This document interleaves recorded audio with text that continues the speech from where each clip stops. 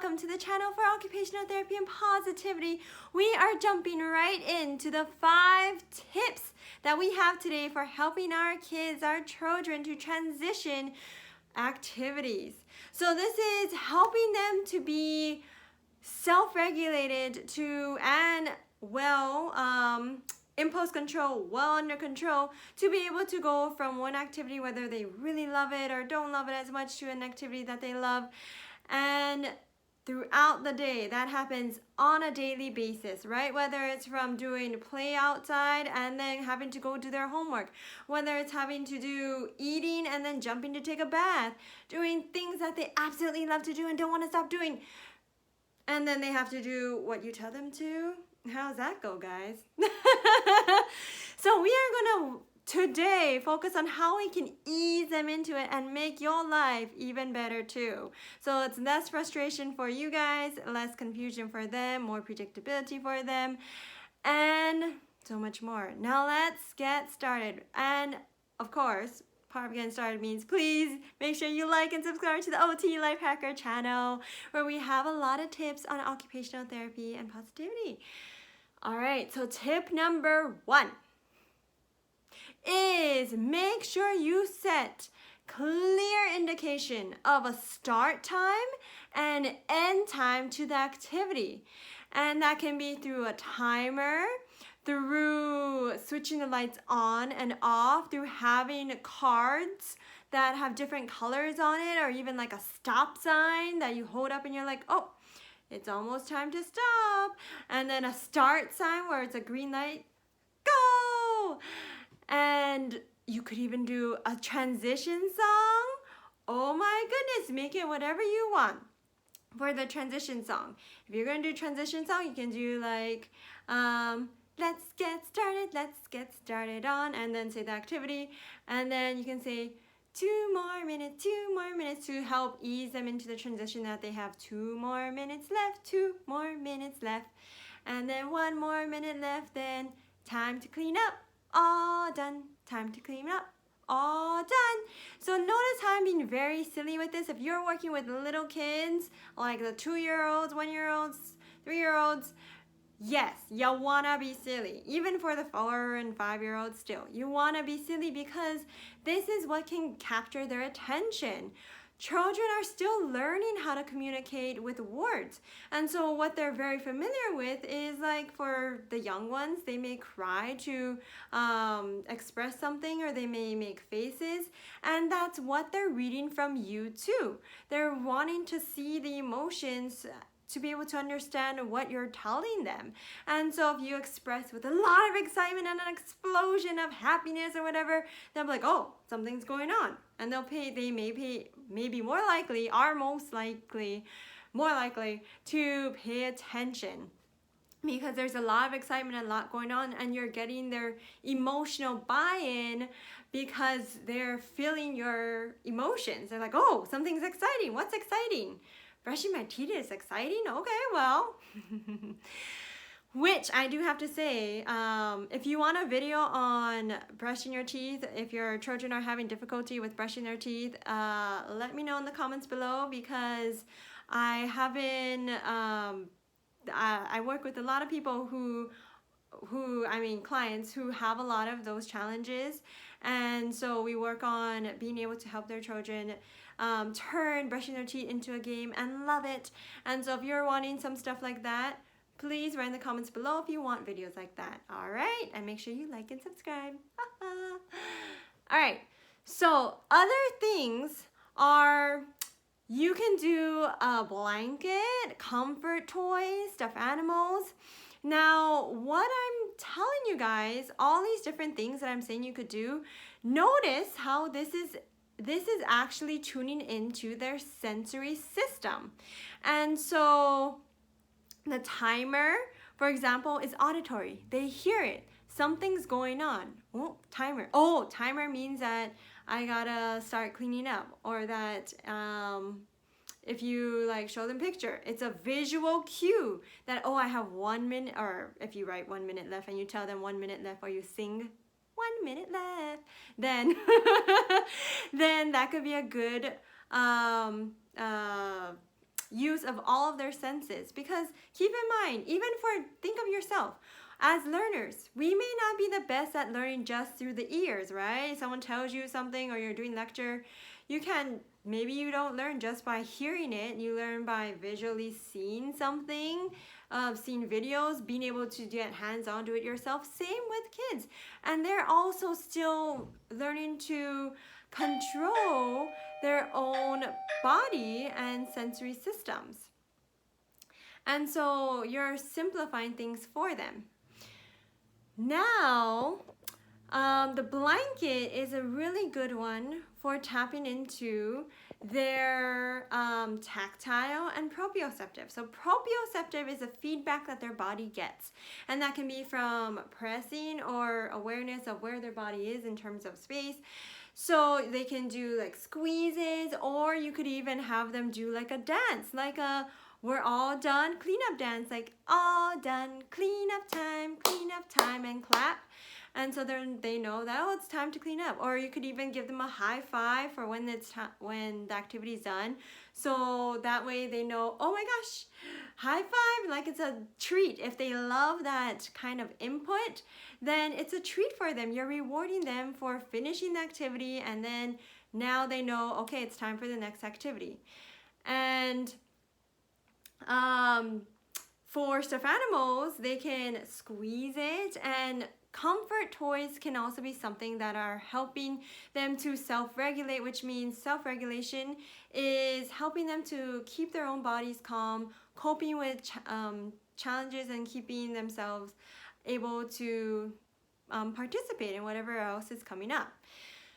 And then we have number 2, which is the first then. So this you may be familiar with because maybe you've heard a lot about this. First then is becoming much more popular. Why? Because it's so simple to enact, right? First this activity, then this activity. And you can have pictures to go with it. So you can write on a board first and draw a picture of it, or have a picture of it and put it on the board, and then put then this activity.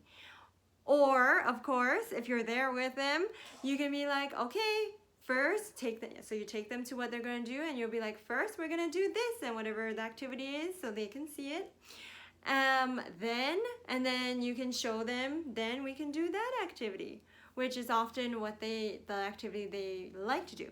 So for the then, oftentimes, if you are doing it where it's an activity that they really don't like to do, say for example, it's schoolwork, and they really want to play basketball or play catch, then it'll be like, first we're gonna do, and you show them the schoolwork, and then you can be like, first we're gonna do some schoolwork, and you can point to the activity that they want to do, which is basketball. And when I say for visuals, the visuals, if they are very young kids, say maybe even a few months old, or 0 to 5 years old. So if they're preschoolers, try to keep it images. If you're using images, try to keep it as images that they're highly familiar with, that they use. So if you're going to talk about an activity that you want them to do, or that they're going to have to do next, have the picture be of that activity, of that the crayon they use, or the car that they play with, or whatever the space is, their desk or whatever it is. Because for children, they may have a little more difficulty with recognizing and conceptualizing what is that clip art of a crayon, what is a clip art of that desk. Like it may not be the same as their desk, so it doesn't look as familiar, and you're really challenging them and even confusing them possibly with all this new stuff when they're still learning what their own space is, what their own teeth brushing time is, their toothbrush. If you give them a picture of a different toothbrush and it looks totally different from theirs, like it's a grown-up toothbrush versus their Mickey Mouse toothbrush, I'm like, what is this? And you might be frustrated, like, what? I have a picture and they still don't understand. Try to use a picture that is going to resonate with them, that they are familiar with. Use their own toothbrush as the picture. So next is visual schedules. So again, we talk about tapping into the child's sensory, because again, words may be a little too much, especially if they're young kids, or if their threshold is too much talking is nope, not happening, not gonna do it. Then you gotta think of some other things, and that is, for example, visuals. So you can have a visual schedule, whether that's something like on their desk. If you're a teacher, it can be cards of the pictures of, if possible, their own pictures, but if not, and likely they're probably older kids, right? So then you can use pictures of clip art or pictures of a random desk and have it be on their desk for the activities that they have to do. And visual schedule, if you want a video on that, I've had old videos from when I was a student still in occupational therapy, so you can take a look at those. But if you want a video on visual schedules, write in the comments below and we can get that for you too for more depth. But the basics on visual schedule is it can have words, simple phrases, and then the pictures to associate, and keep it simple. So keep it just a few things on there.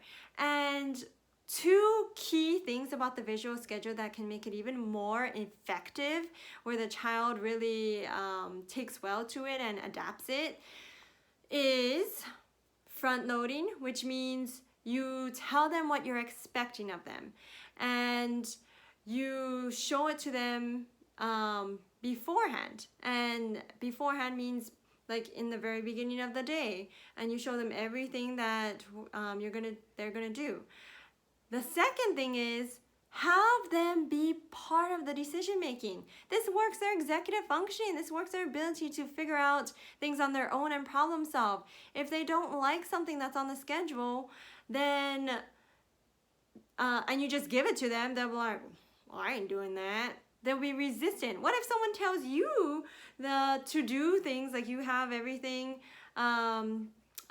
listed out for you that you have to do, and someone just gives it to you? Yes, okay, at work you have to do that, right? But if it's at home in your own space and someone tells you, here, you have to do all of this, and you're like, what? So give them some buy-in, because you're showing them respect. You're showing them that they are responsible enough or have the potential to make their own decisions and to make smart decisions. You're teaching them how to make decisions by being there with them to make choices. To put together the schedule. So if it is a older child and motivation is a challenge for them, say example teens or middle schoolers, and motivation is a challenge and they're like, I ain't doing that. Well, how about you can have images, pictures, and words of the things that you want them to do in their day, and you can list, put like number 1, 2, 3, 4 and all that, and you can tell them, okay, well, these are things that we gotta get done today. And what are the things that you want to do? You can do all the things you want to if you can get all of these done the way it's supposed to be done. So for example, chores at home. Okay, here's your chores. If you can just put it in your schedule and you do it, then you're fine. There's no problem. You can do all the things you want as long as we get the chores done too. So those are some things that you can try with them.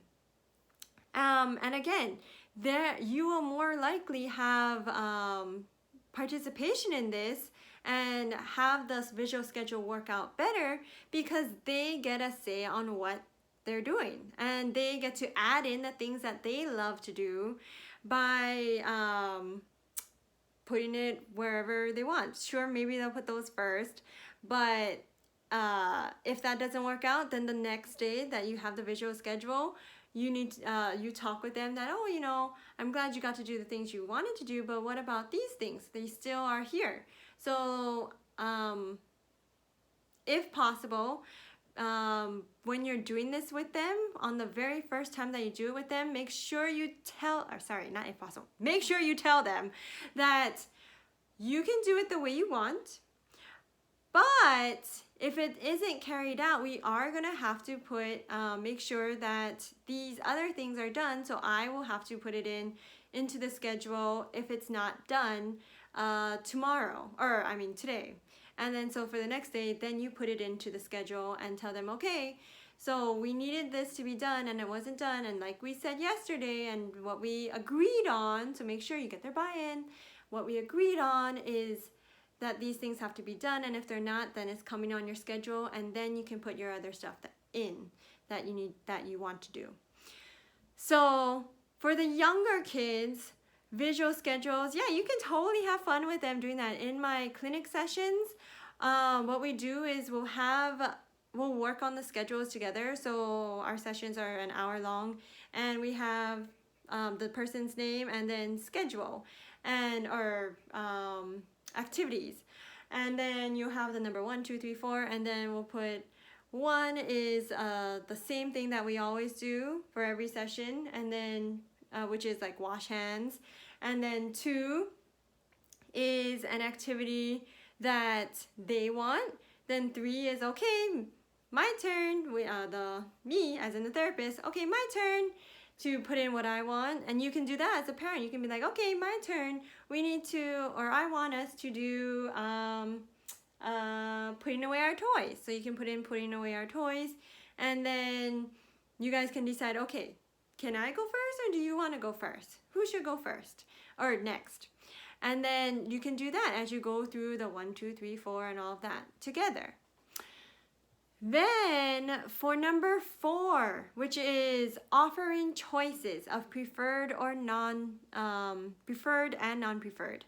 So again, you're working on giving them autonomy. You're giving them their own ability to make choices. Because again, what they're going to have to do later in life is make all these choices, and you're helping them, believe it or not, you're helping them to build into making more solid choices. And so for the preferred and non-preferred, we put in those options so that they know that they still can do what they want. I mean, in terms of like, you're doing what you need to do, but they also get a piece of the pie. They get to do the things they want to do. So you're incentivizing them. And let's take, for example, feeding. So when I'm working with the young kids on feeding and they're picky eaters, we will have foods that they don't like and refuse to eat, and foods that they do like. So we keep it simple. So don't put like 10 different things, guys. Keep it very simple. Keep maybe at the most 5 I usually go for. And so we can have 1 that they like and then 2 that they don't like. Then what we do is I would try to make them as similar as possible, and I'm talking more feeding here, but we make them as similar as possible, and then we have them choose which one they want. And then if they choose, of course, their favorite, then you can be like, okay, so now you have these 2 left. Which one do you want to try? So they have to choose between those. And of course, it doesn't always work that way, so I have more that I can share on that for feeding, because that's not what we're talking about in our video as a focus, right? If you want another video on feeding, picky eating, write it in the comments below, guys. I hear ya. So if you want that, I can make a video for you guys on that. And going back to offering choices. So you give them choices because you're giving them, you're helping them realize that, oh, you know what? It's not like I'm being told what to do. I'm being given the options of I can do these things. And my focus is to make sure that the child is being heard. Not that they're just like having to do everything that you tell them to. They are a person, they want to be a person, they want to understand what their potential is, and in order to understand, we have to help foster that sense of support, create a positive environment for them to learn and explore and try new things. And then Number 5 is provide positive feedback and avoid negative feedback. So it kind of is like what I was saying just a few words ago. Negative feedback includes our favorite word, no. N-O. So what we're doing with positive feedback is we are listening and acknowledging their feelings, and when there's something that we like that we're seeing, you need to make sure that it's heard, that they understand it. Now let's talk about, for example, the young ones, so 0 to 3 years old, early intervention, occupational therapy here. We are working with the young kids, and they are let's see, what's a good example? Oh, so you're working on getting them to take a bath, for example. And we have a kid that absolutely refuses bath, and they will yell and scream, and you scream back, no, no, stop that, no, stop. What are they gonna do? Are they gonna be like, oh, okay, she told me to stop. Okay, she yelled at me to stop. Or he yelled at me to stop. No, not really. Just think of ourselves. If someone challenges us and says, no, you can't do that, what do we think? Oh, okay, all right, sure. I mean, yes, in our logical brain, if it makes sense to us, yeah, sure. But again, kids at the time, especially 0 to 3, they're working on building their understanding of consequences and what happens if I do this, what happens if I do that, and easily becoming averse to something, like if they had a traumatic experience with the water and they're like, I don't ever want to go in the bathtub, no, my body just says I don't want to do it, so I'm not doing it.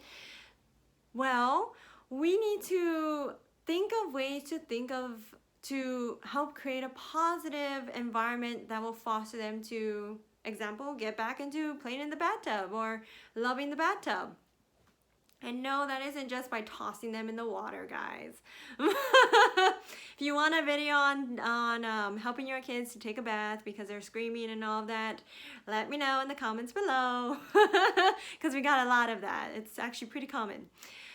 So instead of saying no or stop, don't do that, rather than causing resistance and challenge or creating the risk of that, how about, for example, the first then?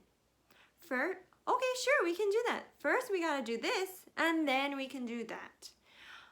Or that's what choice number 4 is for as well. You give them choices where you're like, okay, well, if we don't want to do that, then you have these choices. Of which of these do you want to try? And so you're kind of breaking down that barrier that they may be feeling inside. Like inside they can feel a lot of tension, a lot of confusion, a lot of frustration. Their body just feels it and releases it into not being regulated, into slapping people, into saying no, refusing to do things. That's a form of communicating, and we need to listen to that. And so you can say, when they do something that you really, really appreciate and enjoy, make sure you give them that acknowledgement. Make sure you're like, wow, that makes me feel really good. Thank you for saying that, or thank you for doing that. Just in general, doesn't that make us feel good if we do something for someone and they're like, oh my gosh, wow, thank you. Or you get a compliment, right? It's in occupational therapy, it's like a sense of belonging that you know, oh wow, this was good. Like someone enjoyed it, and you feel connected to whatever's happening in that moment. So you're roping them in. Okay, not roping them in, but you're getting their involvement more and more when you kind of like lead them down the path of you're doing good. And if let's see, for positive feedback, this also includes giving them the option to try out things and to fail, yeah, and to just be like, nice job in trying, you gave it a shot. Now, if we're talking about little kids, make sure, remember how I said to turn it into something super fun, super playful? Yes, you gotta get down to their level, guys. If we're talking about the 0 to 5-year-olds, get down to their level and make it super. Yay! Good job! High five! Again, get that interaction. Get that interaction so they know that, oh my gosh, yeah, I'm doing something good. Woohoo! And that is what I do a lot. Even if they're not able to communicate and say words, they're learning to understand your feedback that you're giving them. And if they are not able to understand words, that's why you make it an exaggeration of, oh my gosh, good job. Because they know, oh, it's something positive. Oh, I did something good. Yay. And then, you think we're done? Oh, we got a bonus tip. Woohoo! If you stay this whole time to watch our 25 minutes, then you get a bonus tip, guys. All right. Come closer. Ready? Okay, bonus tip is consistency is a must. Consistency, guys. If you are applying any of these tips that we gave you today, consistency is a must. If you are using if you're using pictures, use the same pictures because you don't need to present confusion for them. And you also don't need to present more frustration for yourself if they're like, if they're not able to say it, but their body expresses, they don't want to do this, they don't like what's going on. Their body will just tell you, and you'll be like, what the heck's going on with my kid? I'm trying out all these things that, for my kid, and they're not appreciating any of it. I'm trying so hard, nothing's working. Consistency. If you're going to use pictures, use the same pictures, for example. I mean, that doesn't always have to be the case, but if you can, and if it's especially a young kid, use the same pictures. Keep it predictable. Keep it predictable. If you're working with someone with autism, you definitely they would benefit highly from predictability because a familiar environment is a safe environment. It gives them a sense of more control because children with autism, their body is undergoing so much need to regulate and filter out things that our bodies are naturally more able to do. And so we are actually making things worse for them if we are having them jump into some other activity all of a sudden, like you pull them out of doing something that they're really enjoying and you're like, okay, stop that, here, take this. And they're like, what? And their body will tell you when they're not happy or when they're not understanding what's going on. You may think they're upset at you or that there's just something wrong with your kid, but it's them communicating because something, like, all of a sudden something changed. And for kids with autism, it's hard. It's really hard. So we need to, if we're trying to help our kids, what better way to help them than create an environment that's going to support them? And that starts from you supporting your children the way that you can understand them best. Get down to their level. That's super important. Whether that requires reading up on books and such, get down to the level. Or even this first start of watching this video. Haha, hi guys. Good job. So be consistent, be predictable, be at their level. Whether that means being super playful, keeping a calm voice, or even tuning into their emotions, all of that. If you guys want more videos, let me know. Like and subscribe and comment on anything that stood out to you that you want more information on. I'm here for you guys. All right, so I will talk to you guys later. Bye-bye.